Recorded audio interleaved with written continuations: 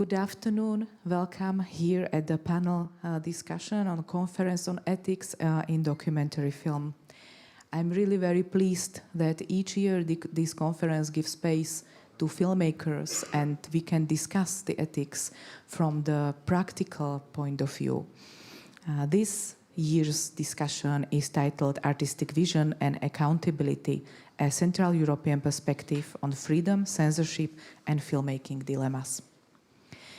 I have 4 dear guests here. So at the beginning, please let me introduce you, the guests, and then I will tell you what structure the debate will have, and then we will discuss with the guests. But of course, there will be space for your questions and for the discussion with the audience. Several times during the debate, we will discuss also with you. So please feel free to participate. I would like to welcome here Maia Martiniak from Slovakia. Maia works as a director of documentary films and producer of TV shows. In her documentaries, she primarily focuses on themes of trauma, human rights, and environmental crisis. With her debut film Unseen, which premiered at CPH Docs Festival, she has won several international awards.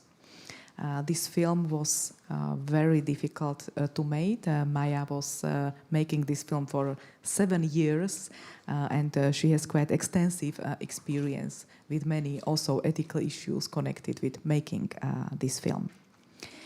Tomáš Hlaváček from Czech Republic. Tomáš is philosopher and documentary filmmaker. As a documentary filmmaker, he focuses on critical coverage of contemporary political and social issues. He studied philosophy and media studies, and currently he's a student of documentary filmmaking at FAMU here in Prague. In his documentaries, he participates in the environment of ethnic minorities and social subcultures. He's the author of feature documentaries Once You Have a Job, You Have Everything, Stadium, Housing Against Everyone, We Are Epicenters of Earthquakes. These are films from 1916 until 2020. This year, Tomáš just has finished his new, really great socially engaged film called The Impossibility. And this film you can see in the world premiere within the Czech Joy section here at Ji.hlava Festival. Rubi from Hungary, she's dancer and artist. Anna began her career as contemporary dancer before transitioning to visual arts, studying media design and earning masters in transdisciplinary art. Her work includes film, video art and performance. She co-directed the award-winning short film The Last Day of the Empire and served as a video journalist for the Hungarian Civil Liberties Union, focusing on social issues. Her debut feature documentary, Your Life Without Me, has been featured and awarded in several prestigious film festivals. For example, it won the Human Rights Award at Sarajevo International Film Festival. And last but not least, I welcome here Marek Kozakiewicz from Poland. Marek is unfortunately feeling sick, so he couldn't join us here on the spot, but he was so kind to participate online. Marek is a film director and cinematographer. He's from Poland, and he's also a multimedia artist. He graduated specializing in cinematography.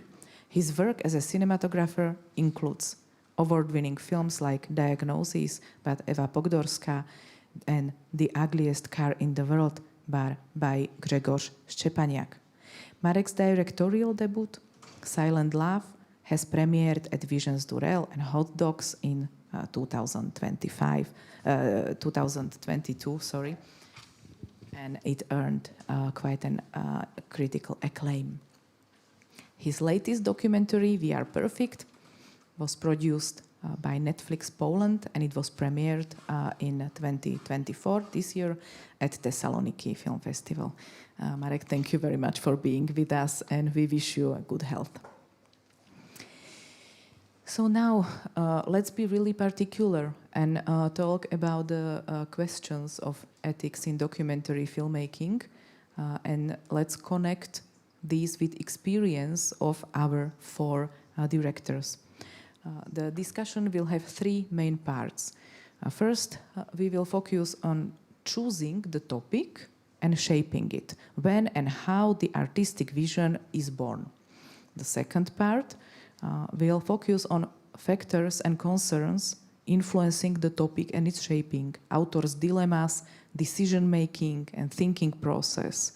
What are the particular influences and which of them are welcomed, which are accepted and which are denied, and why? And the third part will focus on constructive and destructive influences, on freedom and its boundaries, and on dealing with pressure. So, let us start with choosing the topic and shaping it. Could you please describe the process of looking for the topic? What could be or what typically are the first impulses for you? And what is then the thinking process of narrowing and focusing, shaping the topic? Maia, could you start, please? Hello. Okay, I was thinking about this question, but the truth is that I'm not really choosing topic, but topic is choosing me. Usually it's just, from every direction I'm listening to something and it's going often and often. And when it's happened, I'm starting to be aware, okay, this is something what I really need to focus because many people are telling me. And for example, when I did movie in the school, I was doing about home birds, and I was collecting many stories from women about their experience from the hospital, and it wasn't really nice stories. At the beginning, I didn't want to believe that it was like this. But something in me was telling me that you need to search and you need to find what is really behind. And when I went deeper and deeper, I realized that there is obstetrician violence and really women are going with trauma from the hospital. And first movie born in this way. And it took like 7 years really go through the process, but it was mostly, there were many layers because I had to ask for money at the beginning, of course, and you need to explain that is really a topic and is not minority topic, even if there is a 51% of women in the world. And really, it was like many layers what I had to solve to really make this movie. Mm-hmm. So the topic came to you from the other people, from the environment, but then you sank into it, and by research you could I'm very intuitive it. in my work, really. Like I'm used to work and I'm production manager working in TV, and I really like to work with my ratio. But when I'm doing movie, it's more intuitive way how to work, and I need really to understand the topic in a very professional way. So I'm really doing a very deep research, speaking with professionals, and collecting stories, and really like trying to understand everything from every side. Because, for example, experts, they know their side. People dealing with trauma, they know their point of view. But when you put it together, you can see some very important points which can lead you to the topic and to some very big problems what you can solve in the movie. Thank you for pointing out that you consider all of these perspectives when you are trying to shape the topic. Anna, could you please tell us what is usually the first impulse for you and how you are looking for your topics? Yeah, Is it switched on? Yeah, right, good. So while I just directed or finished my first feature film, and in this case, it was kind of a bit of a same. The topic found me, and it wasn't me who found the topic, and all I can talk about is coming from this experience. But since I was making this film throughout 7 years, it was plenty of time to kind of gather experiences. And just in a nutshell, so you have a context. The film is about a group of elderly mothers who join forces and sue the Hungarian state because it's time that the state builds small-scale, humane care homes for their disabled children when they can live. They are adult children when their moms will be gone. And since they are really old and desperate and exhausted all options, they come together as a group and stand up against the state. So I follow the lawsuit and the life of the community and the life of the families. So this is kind of, it's already many topics in here. And I think if you are jumping into a marathon as such, it's not like you are looking for a subject, but it finds you. I met this group while I was working for this human rights NGO. And they were right about to hand in the lawsuit, right about at the start. And first I started to cover it as a video advocate or journalist for this human rights NGO. And I think it was a really nice entering point because I had the right connections to lawyers, professionals in social work, psychologists, kind of all the knowledge at hand, but it took me 2 years to explore all this knowledge and to gain trust with the community. So it was rather, I think, about let's say a personal decision that after 2 years I decided that this is going to be a film. And before that I knew I had to make this research, I had to make this connection, because I think it's kind of really important that you recognize your responsibility. Is this your story to tell? Are you gonna be engaged for 7 years with a community, with a topic? And up front, I knew we wouldn't get funding for this. It wouldn't. It's gonna be really tough on many levels. So I think it's just the honesty that. Am I going to jump in and what this project means to me? And when I say yes, then it's all in, kind of. And what was the moment when you thought to yourself, yes, this is a story that I should tell, that I can tell? It's well, I also have personal experience with home caring. We went through parallel to this kind of the same story. My grandfather with severe dementia was not accepted in any proper care homes because of the same reason. There are most large-scale institutes in Hungary with like 200, 300 people there, and one person is taking care of 30 or even more people living there, which is impossible. That the neglect is really bad, and so he had to be taken care at home for 8 years. And it just made me really furious, and I felt this isn't, a human life should be treated. And there was a moment when I said that no matter what, this lawsuit and the story of these families, it just somehow encapsulates so much that infuriates me that no matter what, I will follow it and I will make a film about it. And then I guess it's just that. Yes. Mm-hmm. Yes, thank you.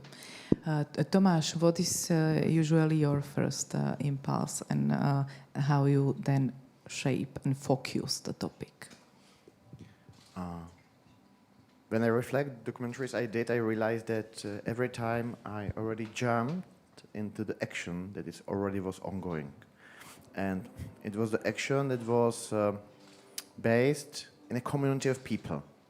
And maybe it was important for me to be among the community of people, not only one person, one protagonist, because then I realized that it's really interesting to see how different people are solving the problem each other, the dynamic in the community. When I did the documentary Now in a tenant house, there was a community of tenants. When I did before, it was community of about politician people, activists. So I realized that that the impulse for me is the community that is open to be reflected by camera, that open me a space to be with them, to reflect their way of thinking, and of course, I must see the potential for development. And every time when I thought that the development will be like that or will be like that, I was wrong. I'm very, very happy when I'm wrong, but there must be still the potential for some results, because then I can follow my protagonist, how they are trying to solve it and how they are dealing with that. So, yeah, impulse for me is these conditions, the community of people that are doing something that I see important, and that's the thing. What is important? The importance. Once one Czech documentaries director Jan Gugula said, just easy answer. Someone who said, "What I should be shooting about?" And he answered, "You must be shooting about what is important in your life. What is important? What you see? What you find important in your life? That's the way." And this answer, it's tricky, because this answer sounds really easy, but on the other hand, I realized that it's really hard to answer for myself what is important for me. So I think I realized that my documentaries help me in my phase nowadays to understand what is the importance, and I hope so that next time I will be more wise. But what I want to say is that I must feel that there is something that is helping me understand myself, why I feel that this is important for me. And when I feel that it gives me the answers, I knew that it's a good topic that I would like to work with. I understand, because your method, it's really participatory, that you really become part of the community you are shooting about. For example, in the Impossibility, in this newest film, you were really living with the people you were shooting about, which is then a unique perspective. Marek, could you join us in this first question about what is the first impulse, how you find the topic? Yes, hello everyone. I think I like to focus more on a person than on a topic, and to start with building a relationship with a person, and then like in my first film, the topic came after I met the person, so it went a bit the other way. I started shooting a film, Silent Love, about I started documenting Agnieszka and Miloš, the brother and sister, and their relationship, and how they had to cope after the death of their parents. And it's just after a couple of months of me building a strong relationship with Agnieszka that she told me about her secret relationship with Maia, and it turned everything around, and the film occurred to have a totally different subject. So we started with a subject of dealing with death, and then suddenly it was about love, and in a way remaining love in a situation where Agnieszka had to move from Germany, leaving her partner in Germany, going back to her brother in a small village in north of Poland and looking after him. So she told me about Maia, and she trusted me, and I was totally sure it was impossible to make a film about it. But I stayed, we talked, we spent a lot of time. The whole film lasted 5 years, and at some point Maia had to be a part of the shootings as well, and it was just happening gradually in a way. So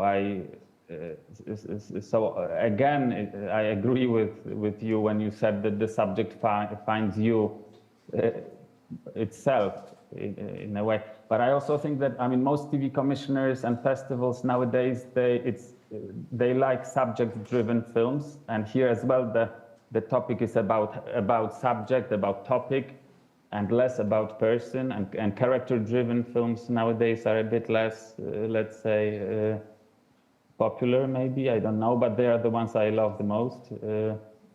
And even like my second film was a bit different because it was more subject-driven in Netflix. So I started because I got to know about a casting that Netflix organized for young non-binary trans youngsters in Poland, and I thought it's an important thing happening because there was like 200, 300 applications coming from young Generation Z kids in Poland, and it was a totally different thing from which I knew with Agnieszka and Maia, who, when we started shooting, were ashamed of their relationship, and then we had to go through a really long way, 5 years of process for them to be really proud of their love. And here, those young people, they wanted to be seen, they wanted to be heard, and they had no problems or they had, of course, problems with who they are, but in a different way that Agnieszka and Maia had. So that was really interesting for me, and also they had to play in the casting the things they know from their own life. So somehow it was really the situation I found dramaturgically interesting. But again, as soon as I entered the casting place and I got there, I was just focused on concrete people, and I just wanted to meet them, talk with them, and again to pick my protagonists and go into their lives. So all of you are engaged with really complex topics, often controversial, so socially engaged, and all of you are working on your films for quite a long period of time. In documentary film, the development phase is very important, but with such a long process, the development and production phase, in fact, definitely overlap somehow. So now the question is about development, but please feel free to talk about, of course, the other aspects that influenced your thinking process about how to shape the topic and how to think about the protagonists. It can be as Marek said, subject-driven or character-driven film. Still, you have the strong characters you have to work with, and you also have to have certain. You have to think about their living situation, about their context, about their relationships, about how the film will influence them. So during the development of your films, you were doing research, you were talking to experts, you were searching for the characters, you were spending some time in the surroundings where you wanted to shoot.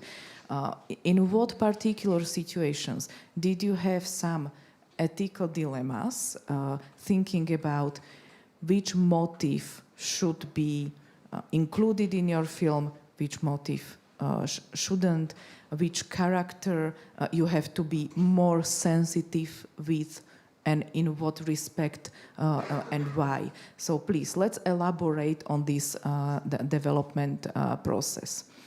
Can we start in different order now?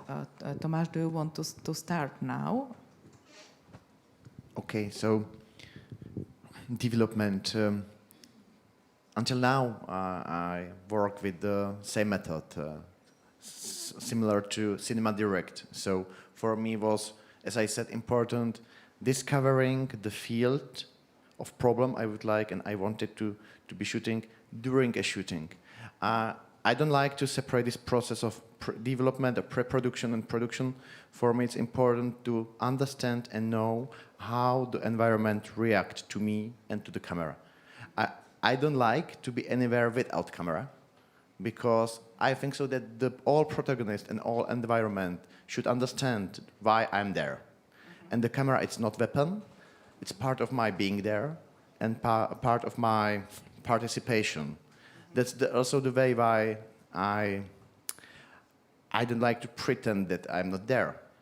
I want to be a participative person of them there because I like the reaction of the people there. But this is not the answer to your question. So for me, it's important to do development and shooting at the same time and see the particular result if there is the potential to continue or not.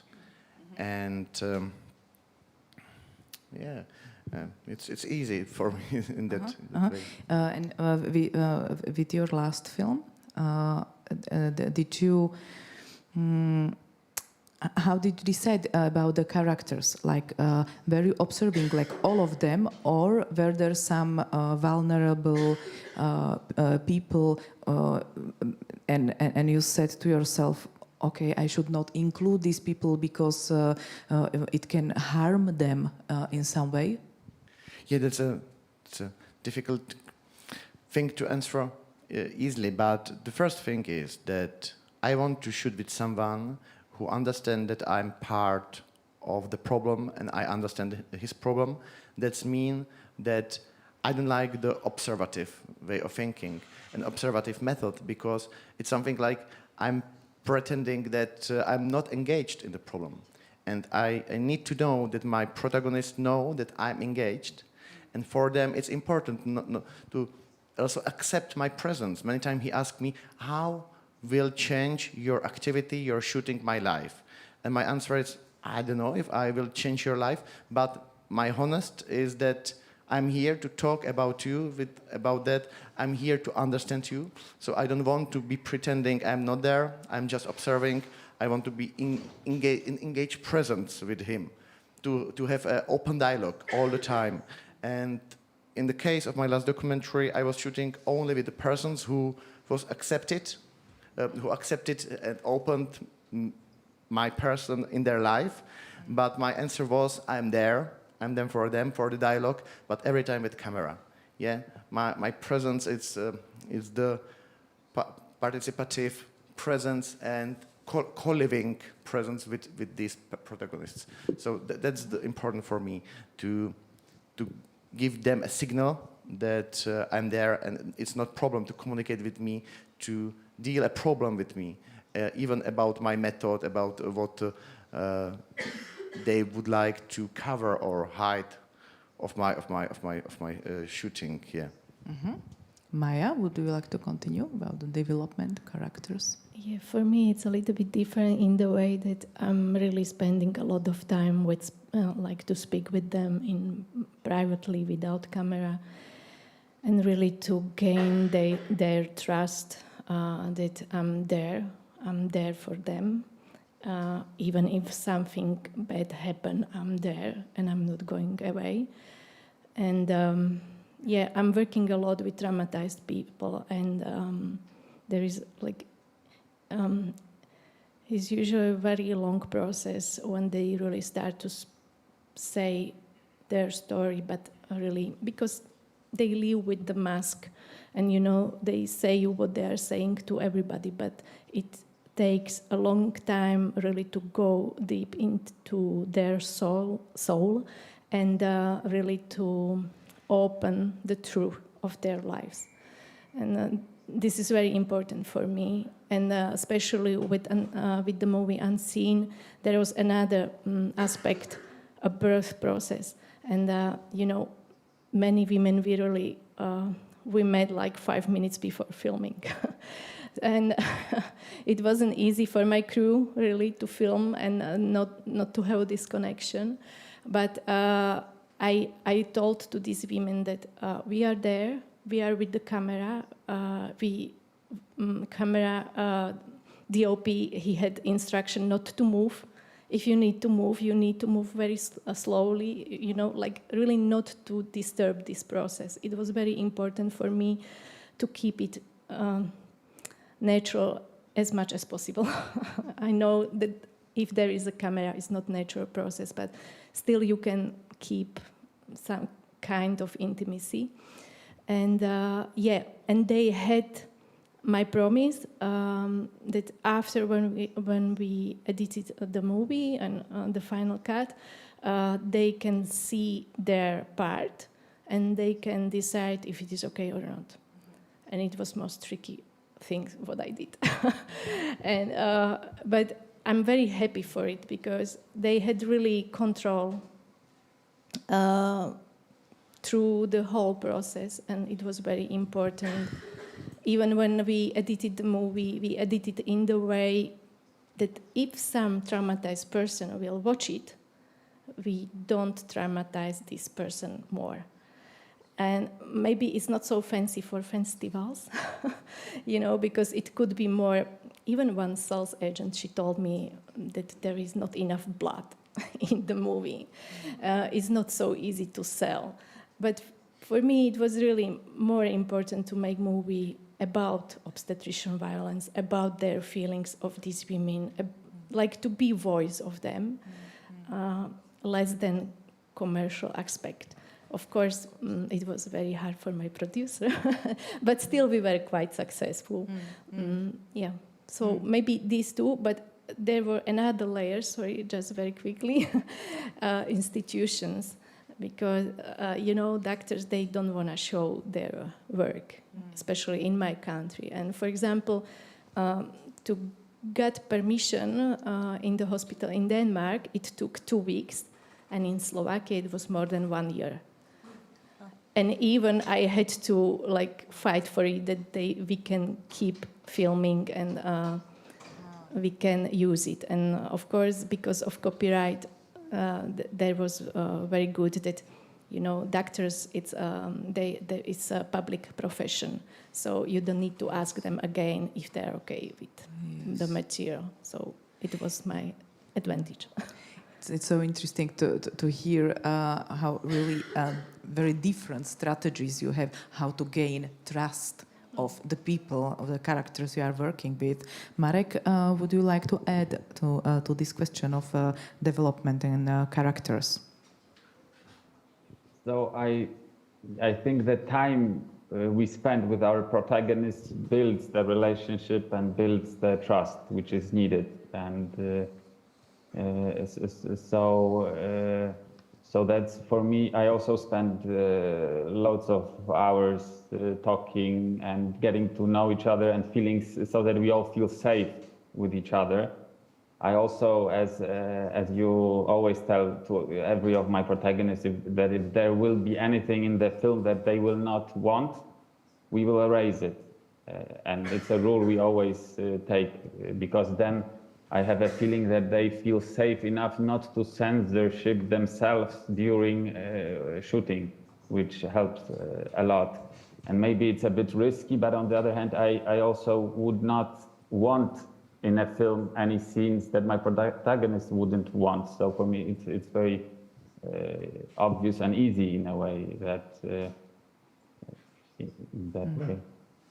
Very important, very interesting. We will come back to this question of the protagonist's approval. Anna, would you like to conclude this topic?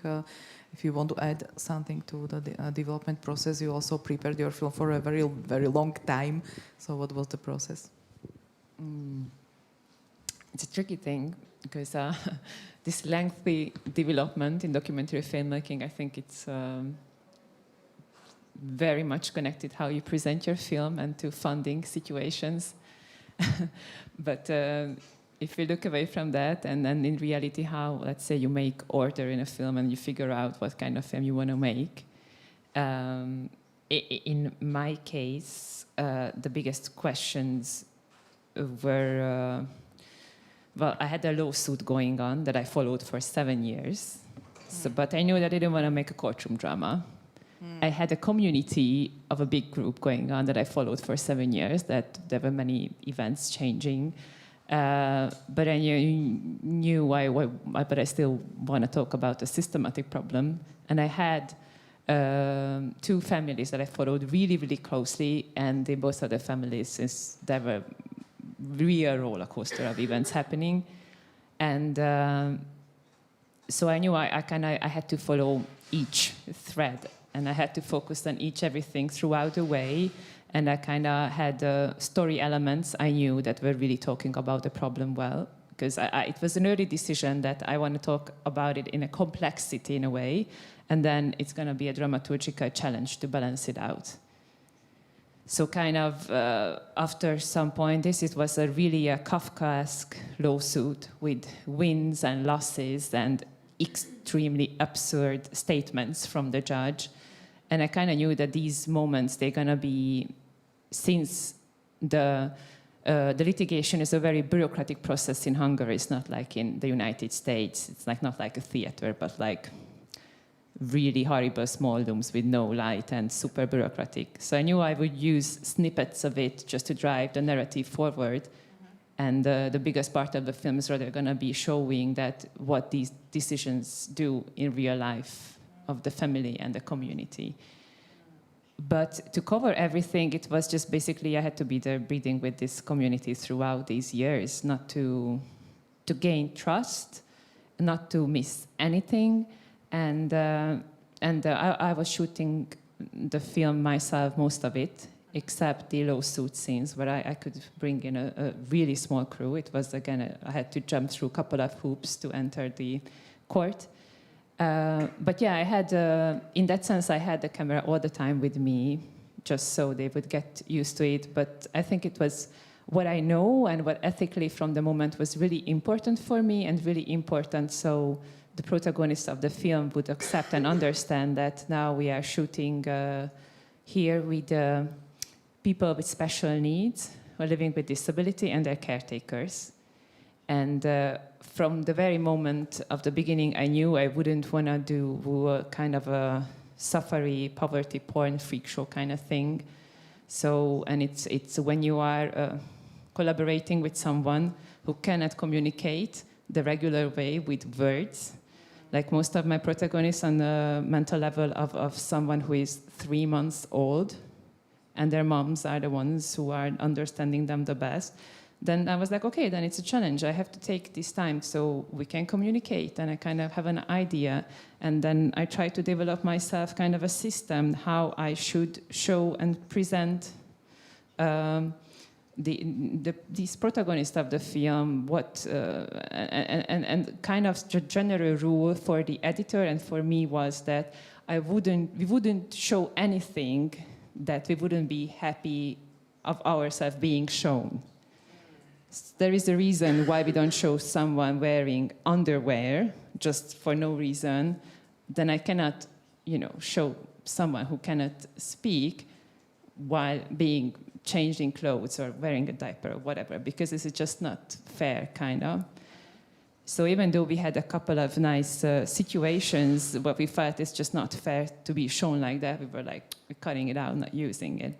And also it was important for me that the mothers, they understood that the time we spent together, the way how I want to show their family is I want to show the relationship, characters, human traits, and not the, the weirdness of the routine of the everydays kind of thing.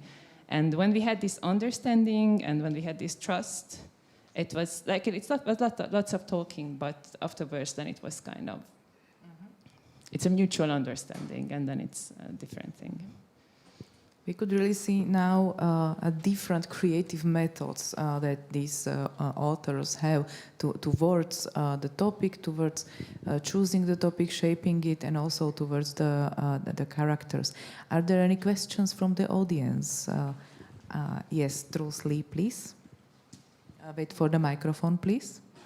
because of the interpretation.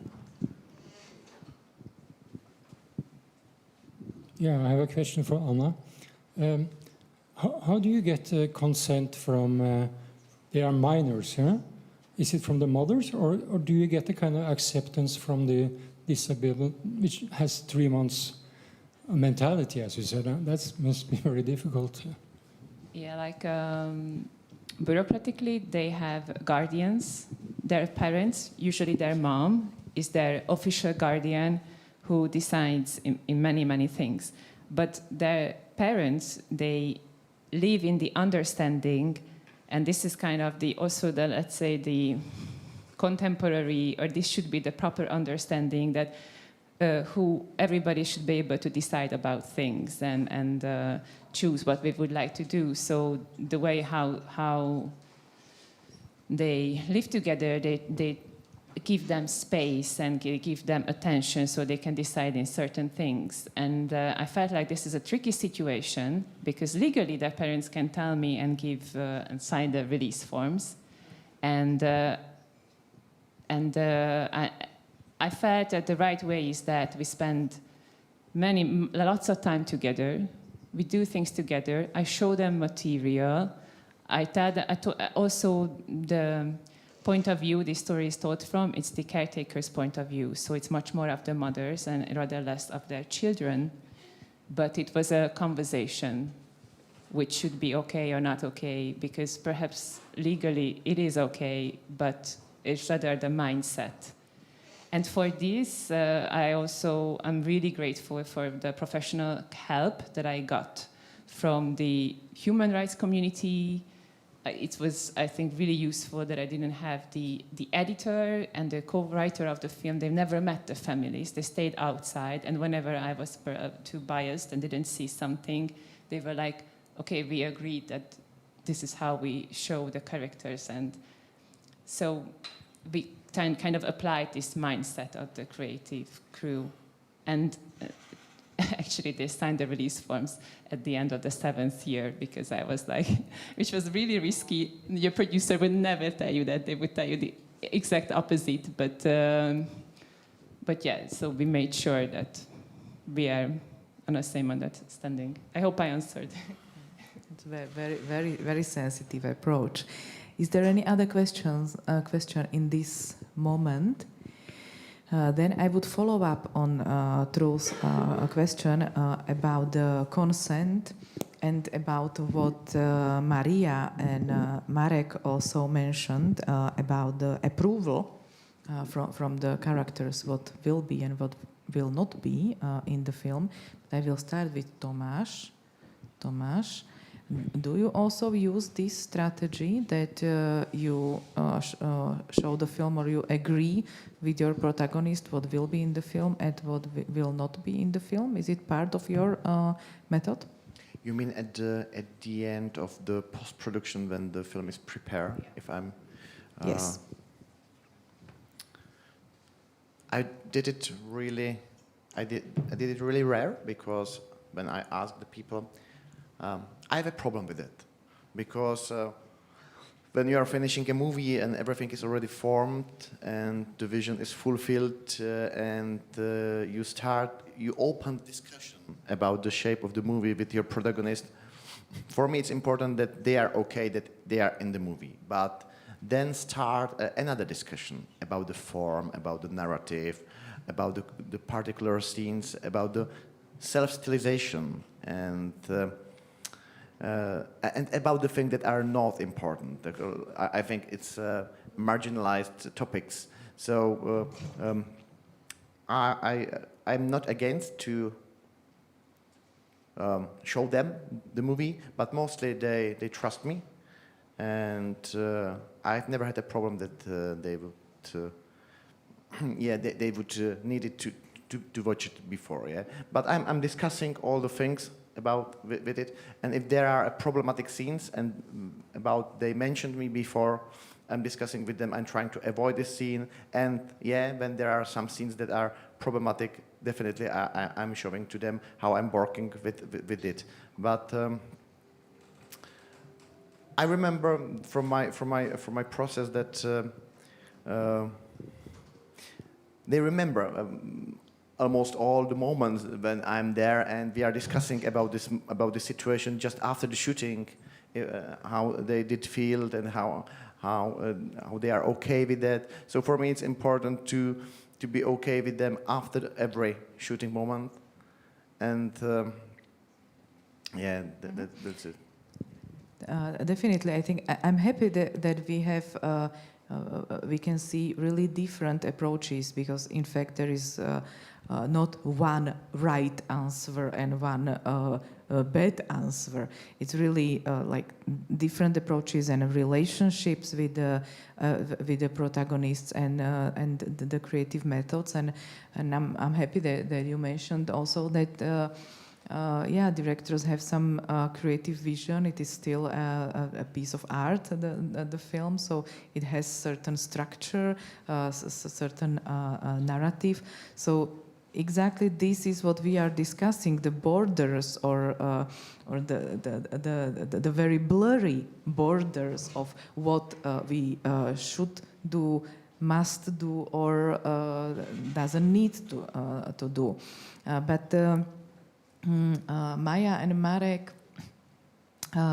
maybe Anna as well, or maybe also Tomáš, can you, do you remember certain, for example, scene, situation, or character that you finally decided not to include to your film because you had this dilemma about the possible vulnerability of the person, or possible controversiality of the situation, or from any other concerns that you could have, if you can speak about it, of course. Maia, please.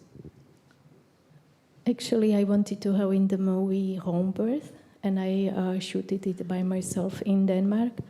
And a woman, she said that she doesn't agree with international screening. And we sat already in editing room. And we spoke a lot with my editor, Ji.hlava, about it. And we decided, okay, it's more important for us to spread the movie, not to just present it in Slovakia or Czech Republic, because she said, like, condition, okay, for these countries, it is okay. And finally, I'm okay with it. In that moment, maybe I had this feeling like, oh, I'm really, it was really nice home birth, like really very strong. But now I can see it was really somehow done, by destiny, that it was important like this. And for example, even next 3 women, they said that they are not sure if they would like to be in the movie. And, if you have the whole movie and now 3 women, they say no, and they're like at all 5, you need to speak with them, like, and to search why no. Because I don't want to push somebody or someone where they don't want to be, but of course, in the movie is a lot of money, and you really need to finish and to give it to audiovisual fund and to present in that, and all these like real life things. But still, it was very important for me. Why, like really personally, why? And I spoke a lot, for example, with Stella. She is like really main character, and she said that she was finally very afraid when we present the movie and something bad will happen, that she will stay alone. And, it was just necessary to say, no, I'm here. I already told at the beginning. Mm-hmm. But for example, Melody in USA, it was very hard because we didn't have connection. And my another character, Penny Simkin, she really helped me to speak with Melody and to explain that her life will be okay if there will be this movie, and it's important. So it was a really big process, and I'm very happy that at the end all these 3 women say yes. Mm-hmm. Marek, did you omit something, and did it influence the topic or the way how the topic was shaped in the final film? So I would normally show the film twice. One when the edit is kind of almost finished and I still know that I have enough time to change some stuff. But I was lucky in both of the films that all of the protagonists did not ask for any changes. And but throughout shooting, of course, I had more difficult moments while shooting, and like with Agnieszka and Maia, with the two women living in a secret relationship, like there were moments they really wanted the film and they felt safe and I spent like two weeks living with them and they were really into it, and then I would go back to my home in Warsaw, doing other projects, as unfortunately, or I don't know, fortunately, going back to them, and it was often, again, I had to go through building this feeling of safety and them wanting the film, which was also connected with the fact that when Maia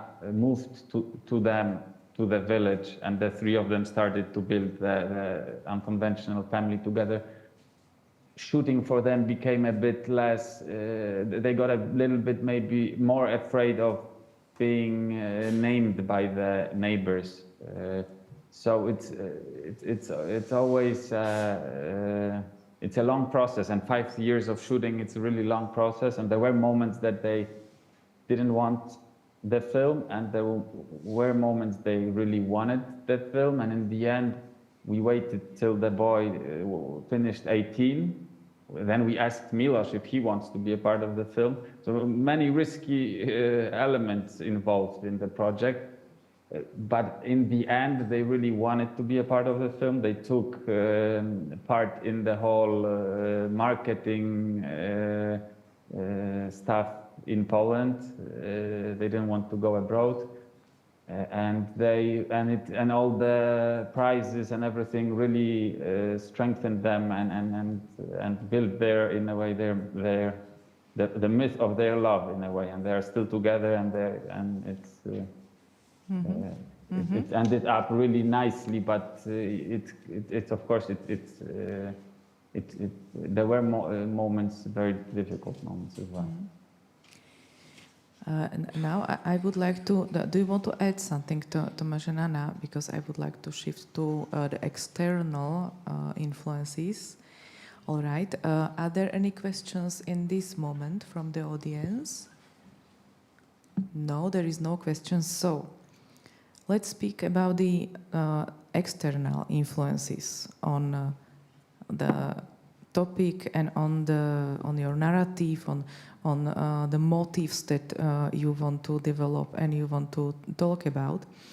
Have you been in a situation when some particular interests, either of the producer or of some other involved parties or some other external interests were trying to influence the topic or the perspectives you had in the film? Maia, do you want to start? I have to smile because it happened all the time on every level, especially like with all this funding. We nearly didn't do movie because they didn't want to give us money from different reasons. And I had to cut like 30 minutes and to show them that I'm enough educated, enough experience to make international movie, to show them that it's real topic, these women are real, they are not just complaining, you know, it was very, I don't want to complain. It was very new for them. Like, for example, now I'm working on new topic and the doors are more open.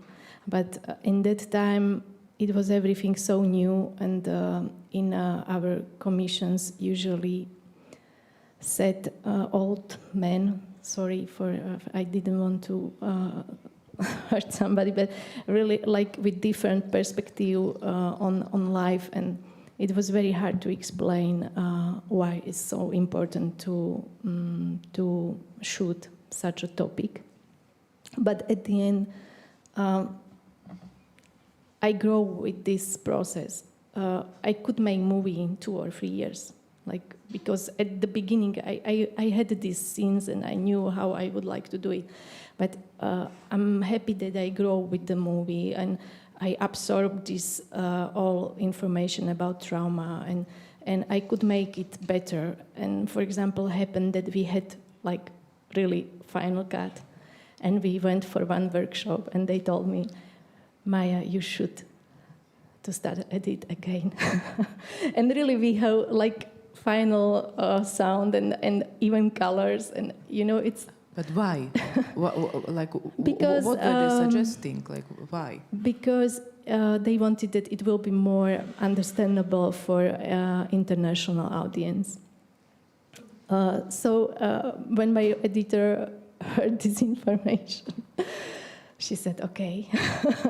And we spent next 1 month in editing room, and it was a very funny process, and I hope it was good process.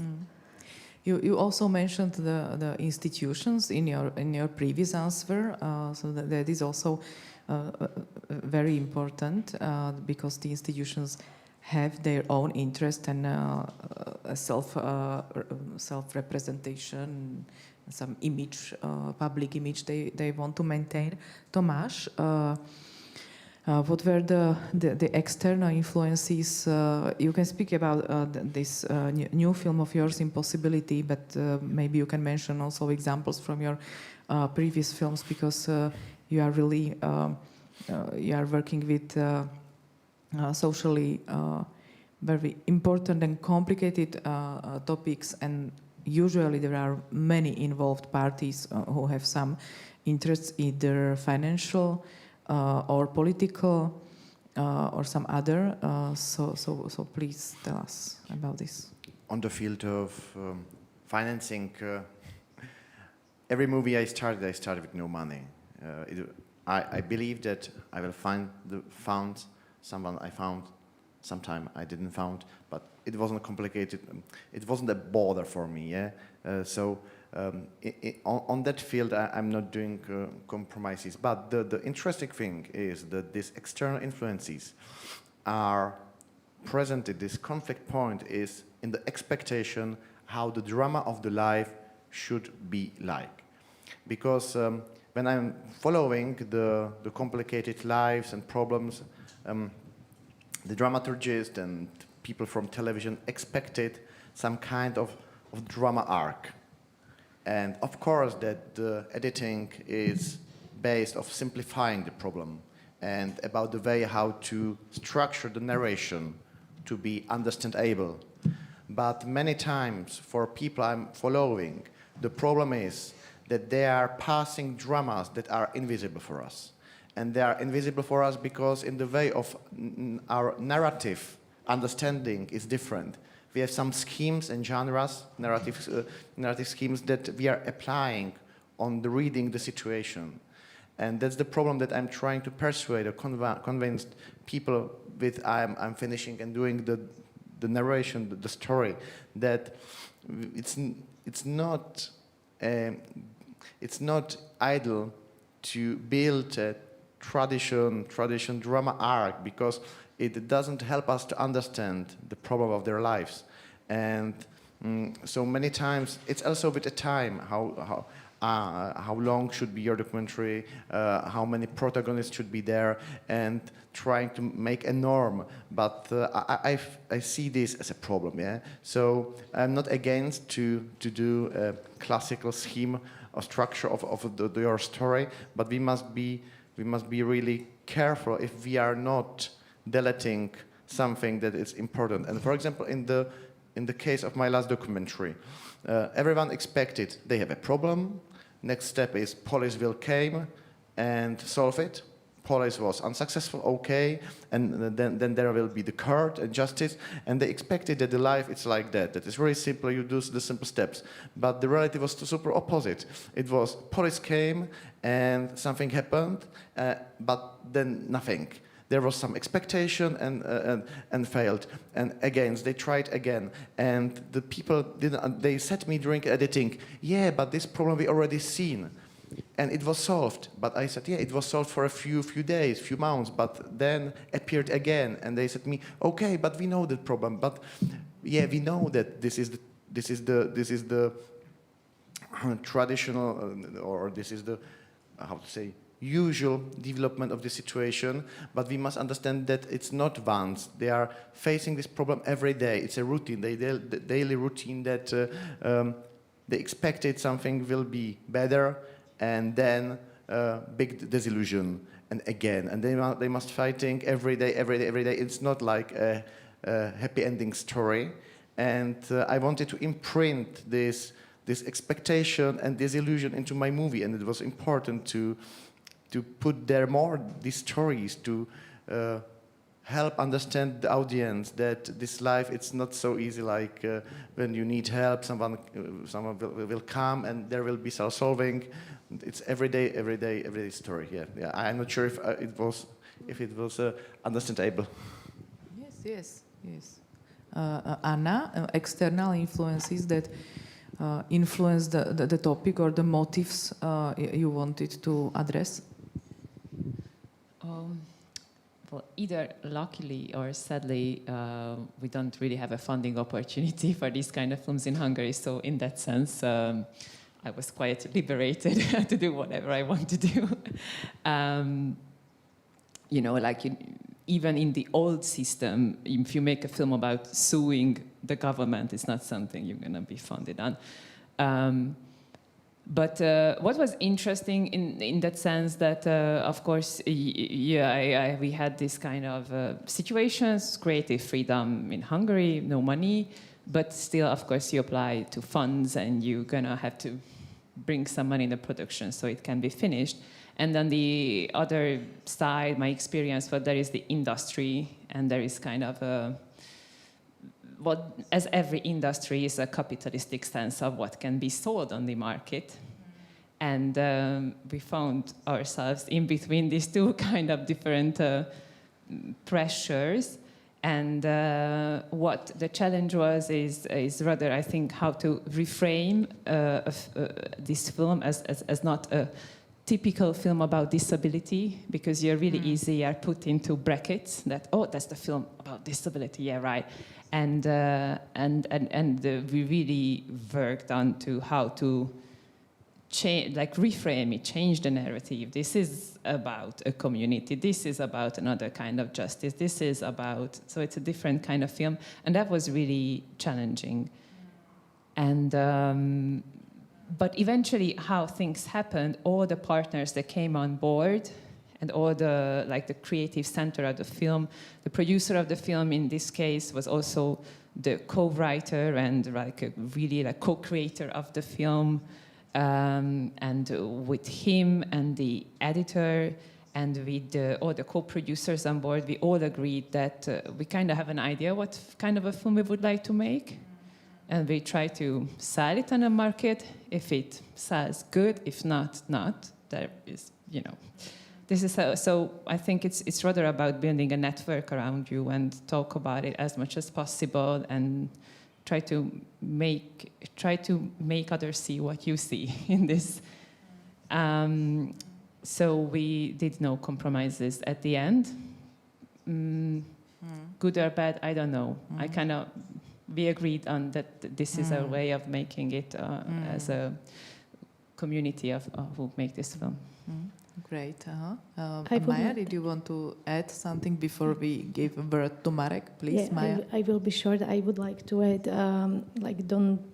maybe I wasn't very clear about this. It wasn't only about money, because I think many filmmakers, they have a problem to fund the movie, but it was more about what was behind, really very disrespectful way of speaking about the topic and about the women, and really, even how they spoke with us, it was more like patriotic way of speaking, really. So it was something behind. It's very hard to explain, but even once I really need to write a review on one person in the commission because it was so rude that I had to write like a really big letter, like it's not okay. Yes, perfect that you really fought for the topic and for yourself and your characters. Marek, would you share your experience with external influences, institutions or financiers? Yeah, I mean, on one hand, we need money to make films. On the other, the more partners there is, the easier it is to have different ideas on what the film should be. So it's really, really important to, with all the co-producers, TV commissioners, to I think very plainly talk about how we see the film, and because sometimes we might tend to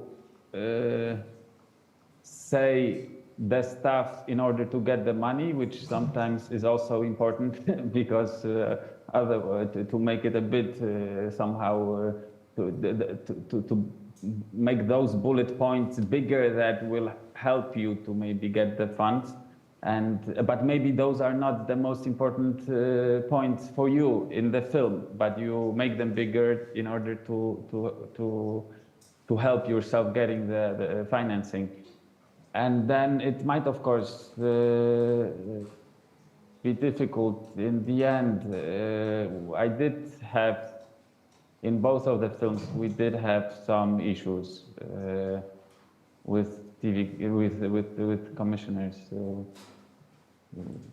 And I think it was a lack of communication that we had with our German. We had a really incredible German co-producer, and which I'm really happy with working. And I'm also happy with working with the TV commissioners and Arte we had on board.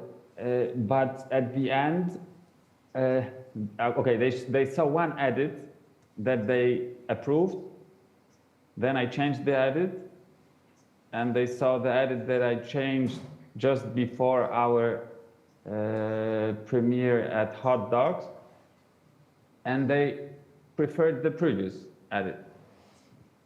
So there was a big problem at that moment. But they agreed. It was, of course, too little time to change it and to go back to the other edit, which anyway I didn't want. So it was a problem we couldn't really solve because I didn't want to go back to the other edit. But luckily, maybe it was in a way lucky that we had so little time to the premiere that they had to allow me to stay with my version for the festivals. And then they edited another version for TV. But then the version I edited, the festivals got really successful and got many awards around the world. And then one of the TV also decided to put my version on TV and not theirs, which was very nice as well. But it was tough. I mean, like for me, even to get a message like that before my premiere that, okay, your version is worse than the previous one. So I was like going for my premiere thinking that I ruined my own film and... Sure. I think that you are describing experience that is quite common, in fact, that many filmmakers have this experience and went through something similar. So we are approaching to the conclusion, and I will have only one concluding question on all of you, and it will be about your resilience, like what are you doing in this really very tricky and very complicated and heavy situations. But before that, I'd like to give space to the audience if there are some questions from the audience for our filmmakers to the topics you heard about their motives, characters, narratives, and what shape and influence them. So, all right. If there is, I would like just add please, Tomáš. One experience from television when we were finalizing our documentary now, The Impossibility. It was interesting, the television way of thinking or the televisation code I don't know how to call it, because, for example, we put the title of the movie to the 6th minute after the prologue. And the structure of the movie and the tempo and the pace of the movie, it was ideal for 6 minutes. And the dramaturgist from Czech television said, okay, version for cinemas is okay when you have a title at 6 minutes on the sixth minute, but for television it's better to put it after 2 minutes, because for television viewers it's better. And I don't absolutely not understand what is this way of deciding? Like, is some a psychological thing? When you are watching a television, it's better to have a title after 2 minutes than after 6 minutes. But they said, yeah, for cinema it's okay, but for television we would prefer to put the title of the movie after a second minute. And this is for me absolutely doesn't make it's at first it's not important at all. And second thing, it's a strange code in television. They applying for the television version of the documentaries. I have to say that all four of you, you are really very brave filmmakers, and I'd like to say thank you for choosing such important and also complicated topics and to deal with them for a long time, and also using these different sensitivities towards the characters, different creative methods, including the participatory strategies. It's really fantastic. So please, at the end, share with us what are the mechanisms of your own resilience, because you went through many difficult situations when you had to face either the external influences or complications or thinking about how to approach certain questions really sensitively and be perceptive towards the vulnerability of the characters. So if you can either choose one situation that can illustrate how did you fought against such a complicated situation or some harm, or if you can say like a principle what you are trying to do in your author position to stand firmly behind your vision. Maia, please. Actually, I don't know if I can answer.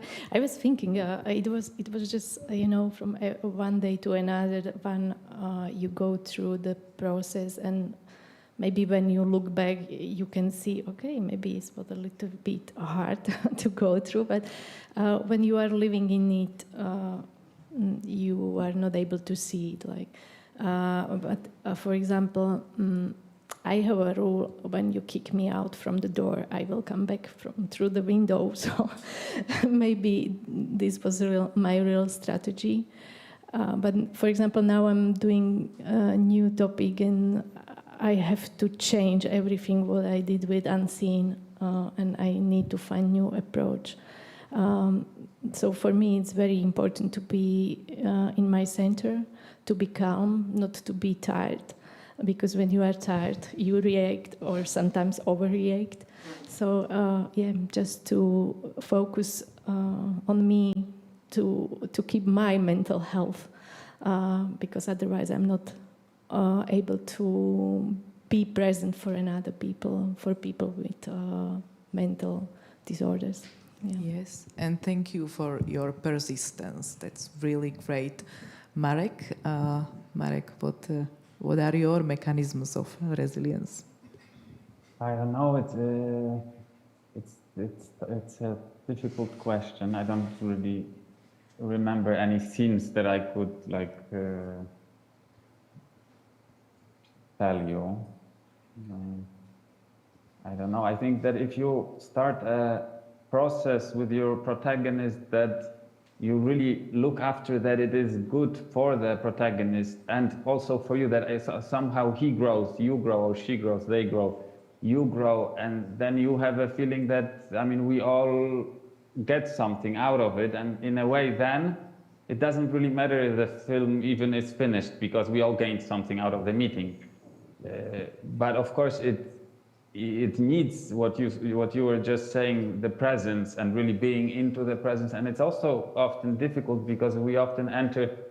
I mean, in order to be there with a camera, we need to go through a lot. You often like go to find the equipment, go for it, bring it, and when the moment when we are driving with it, we are already tired and entering their lives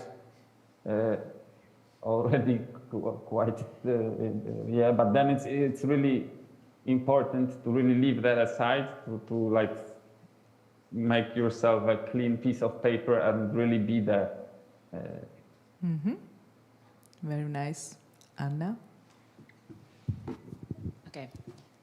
I have 3 things to advise anyone that I learned throughout these years that were helpful. First one is if you are making a film, especially about a vulnerable community and in really bad shape, and a bit of a social work is there for you, you want it or not as a filmmaker, have your own support network. Have a therapist.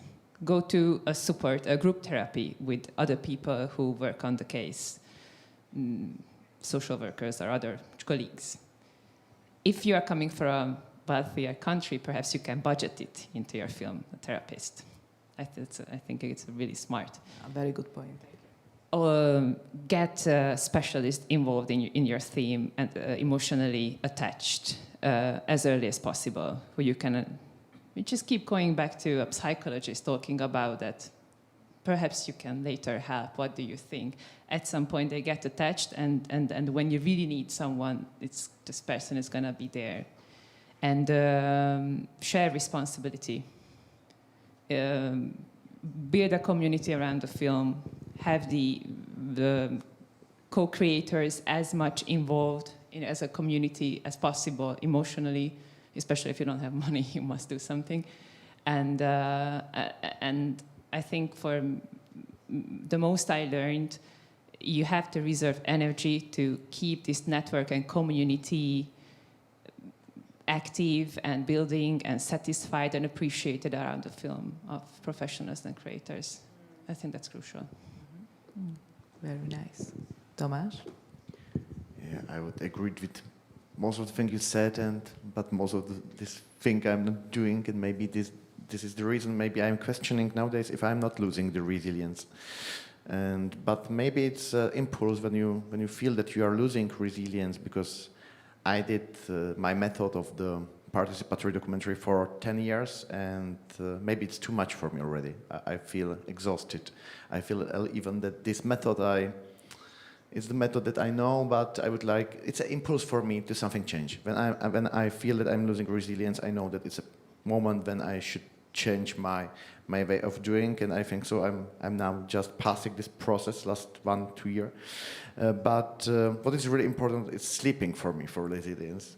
Good sleeping is more and more important, and every day when I wake up after good sleep, I know that this resilience is there. But to be serious, except sleeping, it's a good team, yeah. I'm really happy when during the process of shooting, during the process of filmmaking, I'm meeting with the people that makes sense to understanding the problem I'm doing, to understand not only for me, but for them, and even for protagonists. And it's kind of social work. For me, doing a documentary is a kind of social work, because even when we know that there will be no big result, that we won't change the world, I know that even this impact of our shooting between the people, between the community, doing some changes and helps us understand that the world is more complicated. But yeah, I'm really happy every time when the community is empowering because of our presence of our documentary. Many times I got the answer that my documentaries are supportive for the bubble, only for the social bubble that I am doing. But my answer is even the bubble needs to be supported.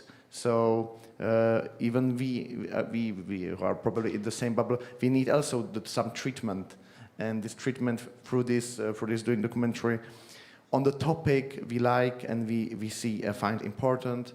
It's a thing that helps us even to keep fighting in this complicated world. Marek, Tomáš, Maia, Anna, thank you very much for your bravery and thank you for sharing your thoughts and experience with us. Thank you.